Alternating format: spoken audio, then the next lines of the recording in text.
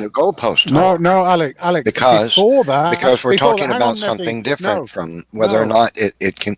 You're not talking about whether or not it's morally. You're talking about whether it's social. You're talking about whether or not it's beneficial enough or not beneficial enough. Not something that's done strictly for pleasure.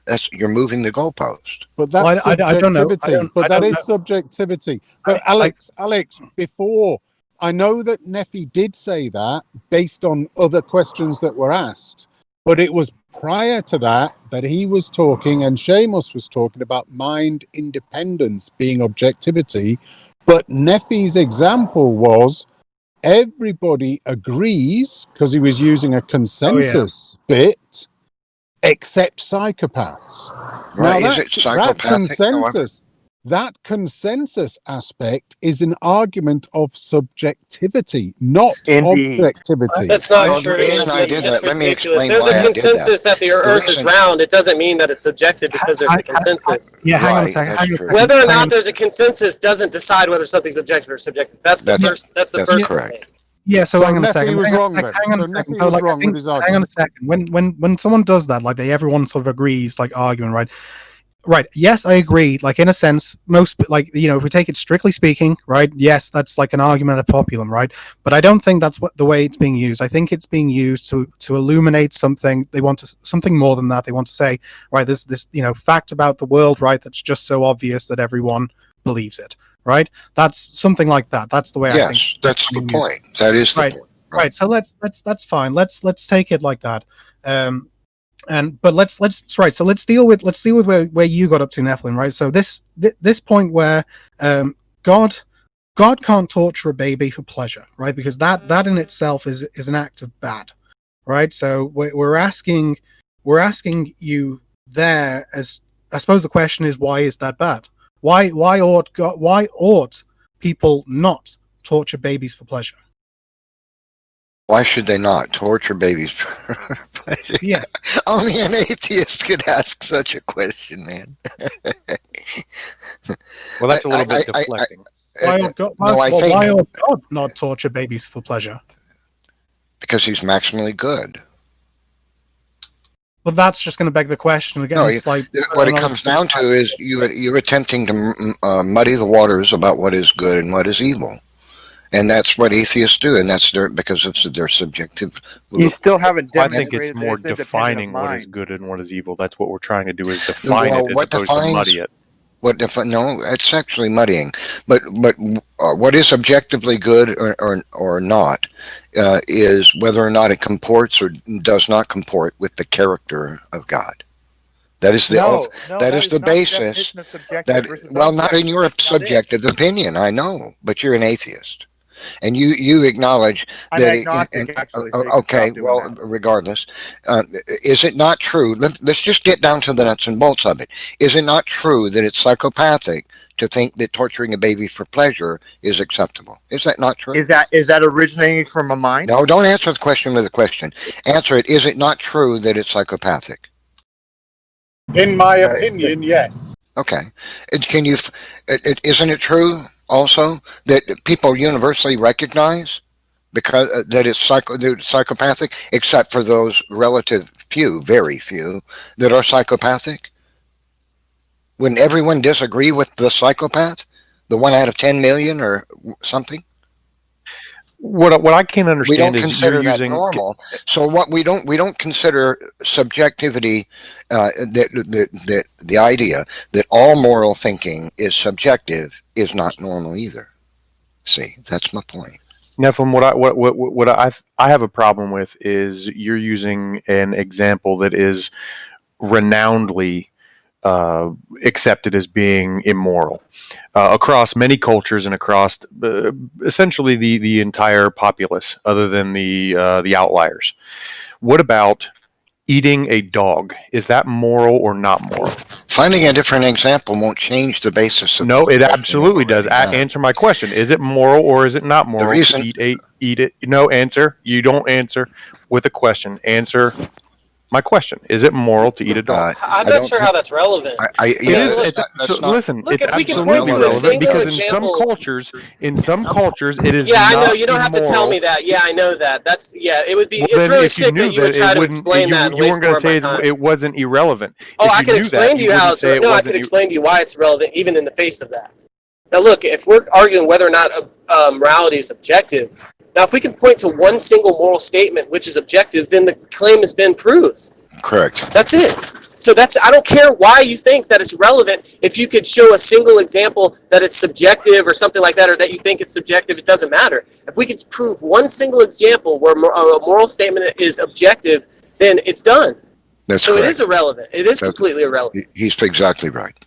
Just because it's accepted across many cultures and essentially the entire populace doesn't mean that it's objective. It's just one thing that we all happen to agree on based on our subjective morality. Yeah, we agree because we all recognize it. That's the point. Exactly. We all agree because we all recognize it because our subjectiveness recognizes the fact that it is recognizes it. That's where you're not going to be able to. You can't prove that. Well, you can't prove that. Just like you can't prove that it's. Think about what it would mean. Nobody can prove anything. Let me make a clear point. Nobody. You just said I can't prove it, and I accept that I can't prove it, but it's just the same as you can't prove. I agree with you. So you can't use that saying I can to deflect what I said. No, just like you can't can use yours. When I said something, you can't sit there and say, "Well, I can't prove that." Well, no, I didn't say that I can prove it. Let me explain. Same with you can't prove your side. I agree with you. Let me explain. Here's the point. Nobody can prove anything with morals. With discussion of morals. You're dismissing of my... No, but neither you nor I are going to prove anything. What we're going to do is we're going to show that it's one concept is either rational and comports with reality, or the other doesn't. We're not going to prove anything. I'm not going to prove that moral, objective, and values and duties do exist. I'm going to show you inference, just like in science. We never prove anything in science. We show strong inference that is strong enough that we accept the outcome of the experiment. That's what we're doing. I can show you that it is so clearly understood by people universally that it should be considered objective regardless of what somebody's dissenting opinion is. And you're never going to be able to prove either that all morality is subjective with a consensus opinion either. Neither one of us are going to absolutely, unequivocally, empirically prove anything. What we're going to do is use overwhelming inference to accept or reject whether or not something is true. That's going to be true always. Okay? That's not the distinction between subjective and objective. And my example, not the distinction. My example provides overwhelming inference that it cannot be justified to torture an infant for pleasure without making yourself into a psychopath, which is what atheists need to do in order to argue that objective moral values and duties don't That's what some theists do when they. Hey, Andricus, can you change my name back for me? Okay, hold on. It's pretty funny though. So what I find bizarre is that in order to make arguments for this and that and the other, atheists always have to make themselves out to be something that's completely abnormal in their thinking. For example, that they have to acknowledge that psychopathy is normal. I have to prove that psychopathy is abnormal in order for my point to be valid according to an atheist. What would the normality or abnormality of psychopathy? I find that to be bizarre. That's not the distinction between objective and subjective. I don't understand why this point is so hard. Do you understand what the distinction between subjective and objective is? I'd say something that's objectively true is something that's independent of man's opinions. Correct. For example, so demonstrate a moral that's independent of man's opinions. Exactly. Okay, torturing an infant for pleasure. Why do you say the argument? Hang on, that's what you don't understand is why can't that just be something that we all agree on? It's still subjective, but it's something that we all agree. Hang on a second. Happen to agree. Shut up. Hang on a second. Why do you say man's opinion? Why don't you just say any opinion? Because that seems like you're trying to set yourself up for special pleading. Okay, I'm special pleading for God. Sure, I acknowledge it. Yeah. Right, so we are I talking about don't have any subjectivity. problem with that. I don't have a problem with that at Because all. it's subjective to But we God's are opinion in God's talking about mind. Special Yeah, pleading. we are just talking about subjectivity then. Special subjectivity. Well, again, you're trying to prove, and I'm trying to prove, and we're not going to prove anything. What we're going to do is provide overwhelming inference that something is correct. He doesn't get it. But hold on. So you don't even know what fucking inference means, but even if you were to provide overwhelming inductive evidence, even if you were to provide I've got 500 videos on YouTube even if talking you were about science. even if you were to provide what that means, like overwhelming please. evidence, which is what you mean to Try say something else. for the notion that some moral proposition is objectively true. All you Try mean something by else. objective is just special pleading. So why should anyone be fucking interested in this argument that has the conclusion of, well, actually it's just subjectively true, but it's subjectively true relative to this very special being? Why should we care? Well, I'm just pointing out that atheists have to make themselves out to be psychopaths to deny. Which is a meaningless utterance when you say no, it. it isn't. No, it isn't. It conforms to whether or not the inference is overwhelming. As I pointed out. No, all it means is that it disagrees with Big Magic Man in the sky who I'm special pleading for. Yes, it does. It disagrees. Yeah, which is uninteresting. To an atheist, I agree. No, it's fucking meaningless. It has no content whatsoever. Yes, it has context. It has context, not It context. has. Unplug your ears, my boy. It matters indeed whether or not people universally recognize something as right or wrong. It absolutely matters. And when mankind moves away from the moral values of God, he continuously moves towards. Please. Well, I mean, when mankind continuously moves away from the moral values of God, and more and increasingly towards subjectivity, and you're going to acknowledge that. You're going to say that's not true, and I believe it is true. I'm 58 years old, and I've seen the world change morally. I don't. In a great way. Monologue. I don't care. Since I was young. I mean, who is that? Luca? Is that who that is? Why do you guys always change your fucking names, man? It's so difficult. Look. I mean, if you wanted him to give an argument for that, I mean, it would. You could construct a very easy argument for that. I don't think that even if he gave an argument for that you would necessarily.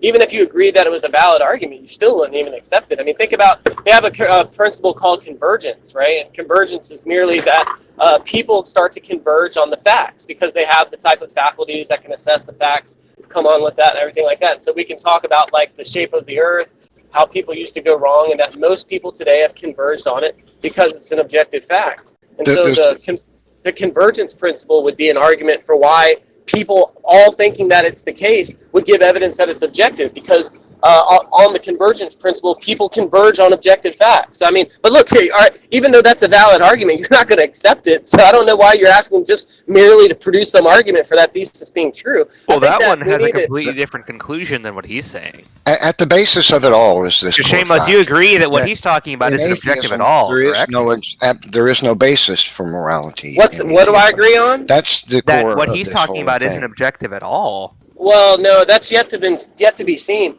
No, he explicitly said, "I am special pleading for God." Well, listen, it doesn't mean that it would be subjective because he's special pleading. I mean, that's a fallacious inference that you just made. That's correct. Also, another thing here is just because you think that God, there's something about God to do with morality, doesn't mean you have to think that divine command theory is true. Like one could believe that God. He's explicitly advocating it, though. No, he's not. He never said anything about divine command theory. In fact, he said to be objectively morally right is to comport with the views of God. Yes, but that doesn't mean because God merely commanded it to be the case. Now, I mean, he could be a divine command theorist, but what he said doesn't presuppose it. For example, you could be a theist, right? Believe in God and think that God made woven objective facts into the world, right? Like think about like moral naturalism, right? Now, you could be a theist and be a moral naturalist. It's not incompatible to think that. In fact, it would be silly to think that if you're a Christian, you're committed to divine command theory. In fact, no, every single theory and metaethics is completely compatible with God's existence. If you were to, At the core of it all is this basic fact: that in atheism there is no basis for the existence of moral value, moral thinking, but there is in theism, and that's the bottom point line. Stop. That's not true. There is no way that an atheist can point out a basis for if he- believing in moral What the values. fuck is Okay, this? well, can I tell This you? was that- me Let talking, people you tried to talk let over. Nephilim finish his point. He was talking, and you just started in like mid speech. So let Shamos Nephilim asked finish. me a question. The point of this all, really, That's not, at the that's core not of it true. all I of was this, talking first. the core of this, at the basis of this, all of this is the point. The point is that on atheism there is no basis for the existence of morality, but theists have a basis for it. That is the character of God, but atheists have none. In a philosophical materialist evolutionist worldview, there is no basis for the existence of moral thinking. It's irrational to apply mental properties to matter, to say that matter, a complex arrangement of matter, humans are just a complex arrangement of matter, the soulless bag of matter. That's what atheists believe. If that were true, there's no rational way to justify the idea that the complexity, the arrangement in space of matter, it creates moral thinking. That's an irrational belief. There is no basis for morality in atheism, whereas theists have a basis for morality. Yeah, it's really great that I got cut off mid sentence to hear Now, fucking that. Right. Now take your turn, Nephilim. Be quiet, okay? Yeah, I was asking Shamos if he were to believe what you just laid out, wouldn't he say something along the form of what it means to be objectively morally right is what corresponds with moral facts in the world as created. That's irrelevant to what was under dispute. No one was disputing that. What was under dispute is whether or not what he said indicated that he was arguing for a divine command theory. Nothing he said indicated that. Okay, just because you say God is the author of morality doesn't mean that what is good is just what God commands. He didn't say God was the author. It could be. What did he say then? He said what it means to be objectively morally true is to correspond with God's beliefs. It wouldn't matter if yes, but listen. How is that? How does that mean that he believes in divine command theory? Well, on moral naturalism, the truth maker for moral propositions exists in the world as natural. Does that mean God can't believe that they exist in the world? But that means that offering God's beliefs as a truth maker would be false. No. He never said that as a truth maker. He said that God believes it. Now, if there's some fact in the world, does that mean that God can't believe it? What it means to be morally true. Presumably, he's offering a truth maker. That's the basis for the theist's ability to account for the existence of morality. What it means is a semantic claim. There is no basis for morality. So let's just ask. Maybe we can. How does that have anything to do? What if it just turned out that he is a divine command theorist? Does that mean what he said indicated that? How would that? Well, it would give you reasons to believe that he is. Let me clarify. I don't have any problem saying I'm a divine command theorist. I don't have a problem with that. It doesn't make an argument against anything I've said. If I were a divine command theist, then what you said is either just equivocating or the point of it is either equivocation or it's incoherent. No, the point of it is this: a theist has a basis for moral thinking, and atheism there is none. So this tells us there's something rationally wrong with atheism. Okay, so in atheists, you can just examine the position that was offered by Shamos as something that you could hold if you were a smart person. What basis? Moral naturalism is moral naturalism as it is compatible with theism is also compatible with atheism. What you can be a moral naturalist without subscribing to any. Atheist can live a moral life. Nobody says the theists don't argue that that's not true. Did you hear what I said? Yes, and I just responded to it. You know what moral to naturalism is? You didn't understand. Did you understand what I said? So you don't know what moral naturalism is. So why are people talking to this dumb fuck? The point is this: theists have a basis for moral thinking. Atheists do not. And I proved you wrong, fucking dum-dum. No. What is the basis for moral thinking in philosophical materialism? Suppose you believe that moral naturalism is true, which is just to say that moral facts are natural facts. Natural facts are accessible to anyone on materialism. How is a moral fact natural? Thereby, if moral facts are natural facts, a materialist, which you're not obligated to be if you're an atheist, by the way, you could be a moral non-naturalist and an atheist, but You could believe that natural moral fact is accessible to any rational agent on materialism. How is in philosophical materialism? How can moral thinking be a natural fact? Explain that.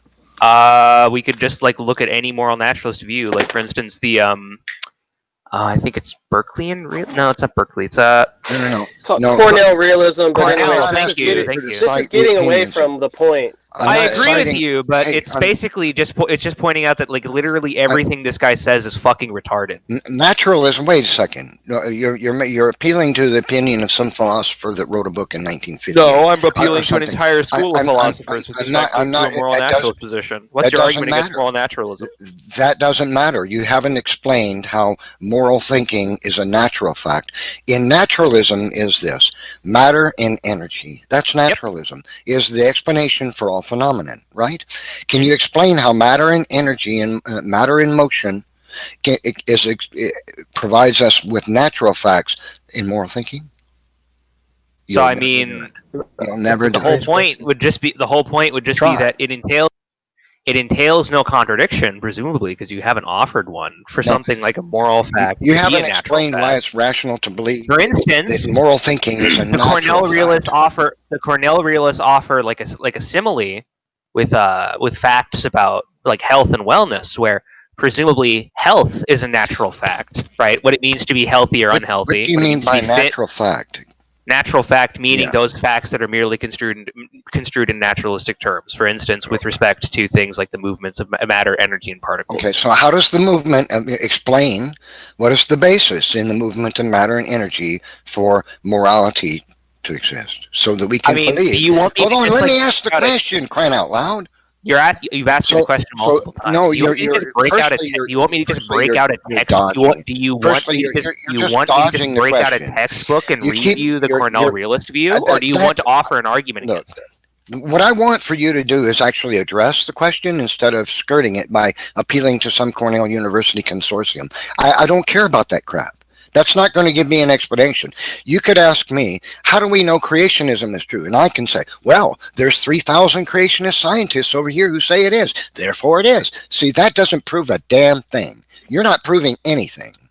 What I'm asking you is to explain how naturalism, that is matter in motion, is able to explain the existence of moral thinking as it's part of nature. It's natural.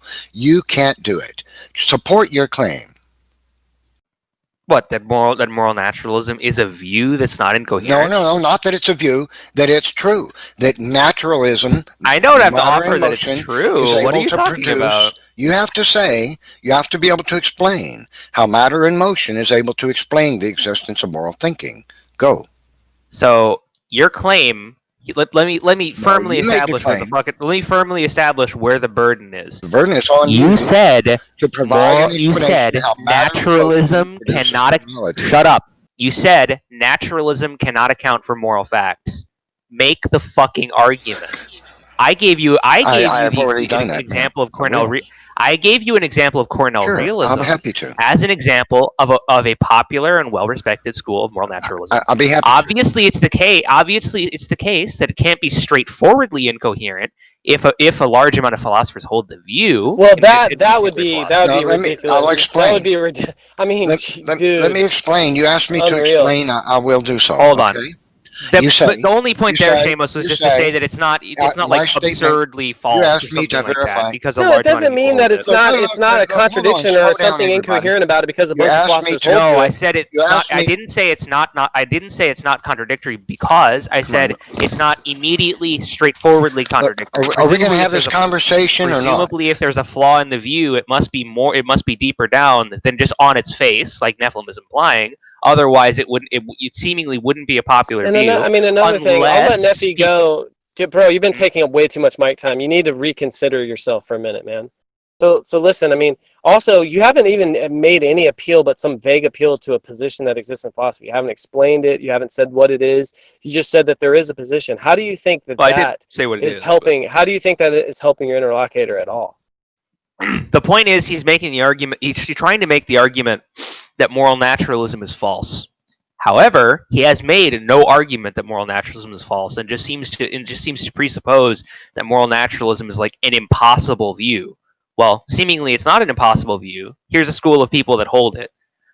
So I want what would amount to an argument for either incoherency or some other reasons not to believe in moral naturalism other than just saying matter and motion, moral thinking in conjunction, and then just saying, oh, that's impossible. What's the fucking argument?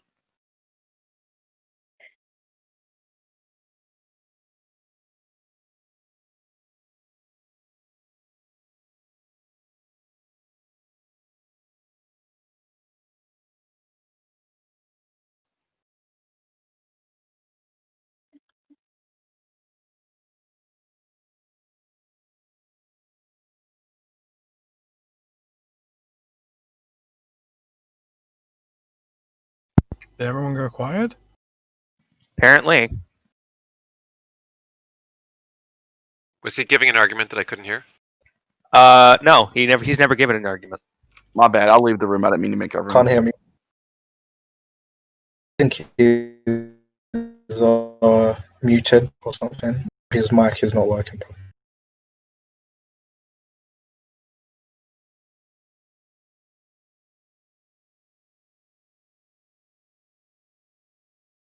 Have you guys seen Nephilim's YouTube channel? Can you post it?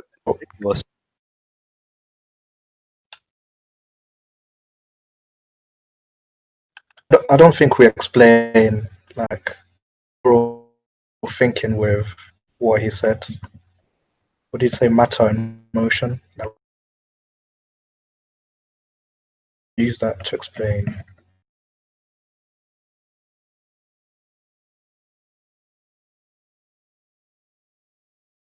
He'll need to like refresh.